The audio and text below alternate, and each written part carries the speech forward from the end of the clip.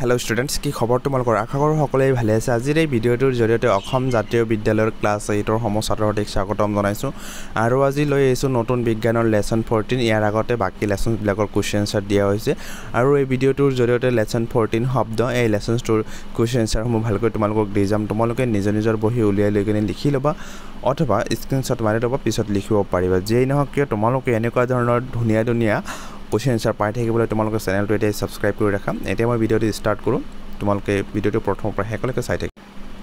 ইয়াৰে এইটো লেসনৰ প্ৰথম কোৱেশ্চনটো আছিল শুদ্ধ উত্তৰটো বাছি উলিওৱা। প্ৰথম কোৱেশ্চন যেটো দিয়া আছে বস্তুৰ কম্পনে শব্দ সৃষ্টি কৰে, অপচন দিয়া আছে হসা মিছা, কেতিয়া বা হসা, এটা উত্তৰ শুদ্ধ নহয়। ইয়াৰে কাৰেক্ট আনসাৰটো হ'ব এ।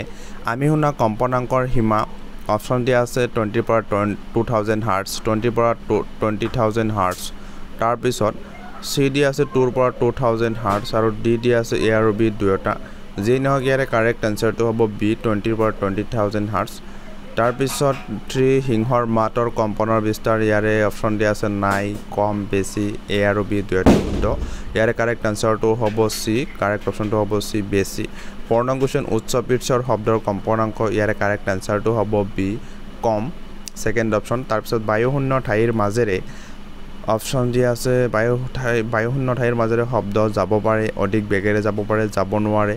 অপচন ডি এ আৰু বি দুয়োটা। ইয়াৰ কাৰেক্ট আনসাৰটো হ'ব সি যাব নোৱাৰে। নেক্সট তোমালোকৰ কোৱেশ্চনটো দিয়া আছে কোৱেশ্চন নম্বৰ 2 চমু উত্তৰ দিয়া। মানুহে মুখেৰে উচ্চাৰণ কৰা শব্দবোৰ ক'ত সৃষ্টি হয়?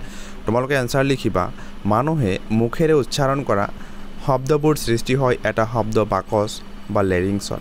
কোৱেশ্চন নম্বৰ 2 মানুহৰ স্বৰৰজ্জু কেইডাল থাকে? তোমালোকে আনসাৰ লিখিবা মানুহৰ স্বৰৰজ্জু দুডাল থাকে।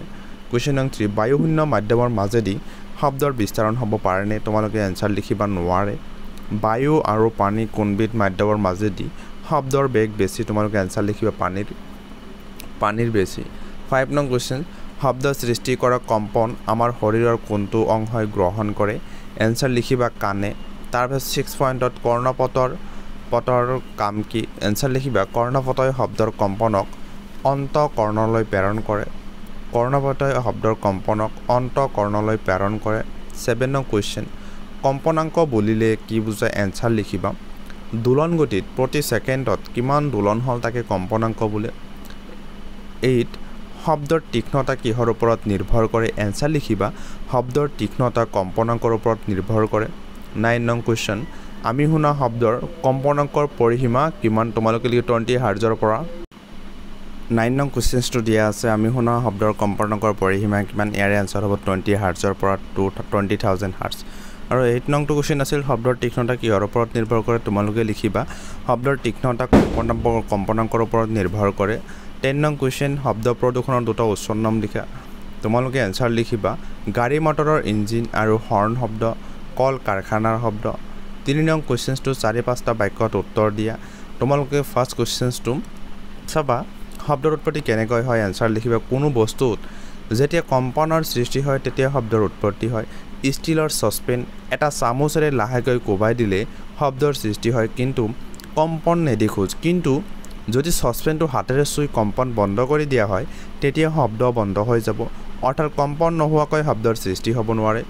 নেক্সট 2 নং কুৱেশ্চন চাবা শব্দই যে পানীৰ মাধ্যমেৰে গতি কৰিব পাৰে সেয়া প্ৰমাণ কৰিব পৰা এটা পৰীক্ষা বৰ্ণনা কৰা। এইটো ডায়াগ্ৰাম তোমালোকৰ ডাইৰেক্ট কিতাপত আছে, তোমালোকে কিতাপৰ পৰা আঁকি ল'বা পানীৰ মাজেদি শব্দৰ যিটো গতি হয় না, এইটো তোমালোকে আঁকি ল'বা ডায়াগ্ৰামটো। তোমালোকৰ ডায়াগ্ৰাম আঁকি কিনেহে এইটো বৰ্ণনা কৰিব লাগিব।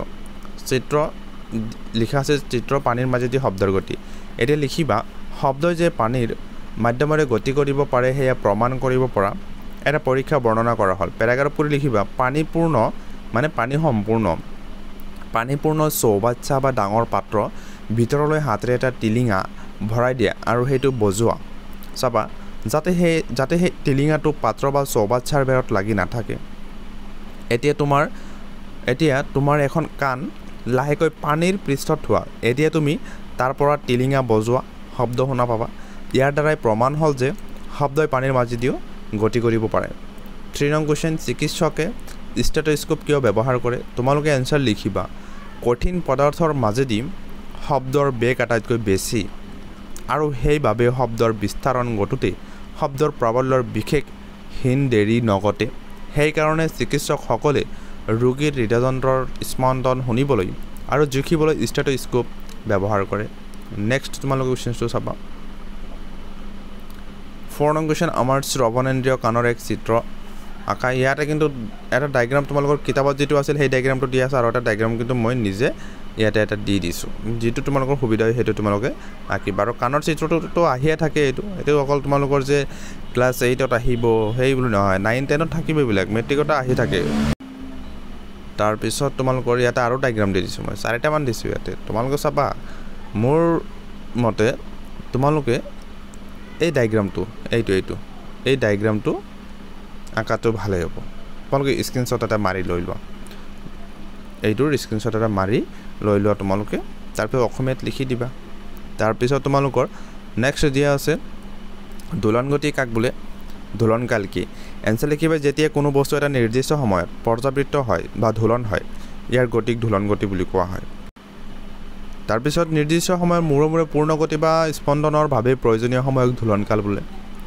তাৰ পিছত 6 নং কোৱেশ্চন কোলাহল আৰু সংগীত কি এনসাৰ লিখিবা মানুহে সাধাৰণতে এটা সাধাৰণতে হৈছে এটো তোমালোকে লিখিবা মানুহে সাধাৰণতে ভাল নোপোৱা শব্দবোৰক কোলাহল বোলে আৰু আমাৰ কাণত শ্ৰুতিমধুৰ হৈ ধৰা দিয়া শব্দক কোৱা হয় সংগীত 7 নং কোৱেশ্চন শব্দ প্ৰদূষণ কাক বোলে বুজাই লিখা এনসাৰ লিখিবা পৰিবেশত যদি অত্যাধিক বা অবাঞ্ছিত শব্দ থাকে তেন্তে তাক শব্দ প্ৰদূষণ বুলি কোৱা হয় তাৰ পিছত 8 নং কোৱেশ্চন আমাৰ ঘৰত কি শব্দ প্ৰদূষণৰ সৃষ্টি কৰে এনসাৰ লিখিবা আমাৰ ঘৰত শব্দ প্ৰদূষণৰ সৃষ্টি কৰে উচ্চ ভলিউমত বজা ৰেডিঅ' টেলিভিছন পাকঘৰৰ সামগ্ৰী কুলাৰ এটো কুলাৰ হৈছে সামগ্ৰী এটো কমা দিও পাকঘৰৰ সামগ্ৰী কমা কুলাৰ এটো আকাৰ দিবা কুলাৰ এয়াৰ কণ্ডিচনাৰ আদি তাৰ পিছত 9 নং শব্দ প্ৰদূষণে আমাৰ স্বাস্থ্যত কি নেতিবাচক প্ৰভাৱ পেলাব পাৰে এনসাৰ লিখিবা আমাৰ পৰিবেশত যদি উচ্চ প্ৰাবল্যৰ শব্দ সৃষ্টি হৈ থাকে তেন্তে ই আমাৰ স্বাস্থ্যত যথেষ্ট নেতিবাচক প্ৰভাৱ পেলাব পাৰে তাৰ ভিতৰত আছে নিদ্ৰাহীনতা হাইপাৰটেনশন উচ্চ ৰক্তচাপ উদ্বেগ আৰু আন কিছুমান লক্ষণ অনবৰতে উচ্চ শব্দৰ পৰিবেশত থকা কিছুমান মানুহ অস্থায়ী বা স্থায়ীভাৱে কলা হৈ যাব পাৰে মানে কাণত নশুনা হৈ যাব পাৰে যে হকে মৰমৰ ছাত্ৰ-ছাত্ৰীসকল তোমালোকে নেক্সট ভিডিঅ'সমূহ পাই থাকিবলৈ চেনেলটো এতিয়া সাবস্ক্ৰাইব কৰি ৰাখা সাবস্ক্ৰাইব কৰিবলৈ নাপাহৰিবা তোমালোকে লাইক কৰা কমেন্ট কৰা শেয়াৰ কৰা আৰু কিবা কি ডাউট থাকিলেও তোমালোকে কমেন্টছ বক্সত কমেন্টছ কৰি জনাবা কোনটো বুজি পোৱা নাই এইখিনিতে মই ভিডিঅ'টো সমাপ্ত কৰিছো thank you SI light of education thank you watching the video'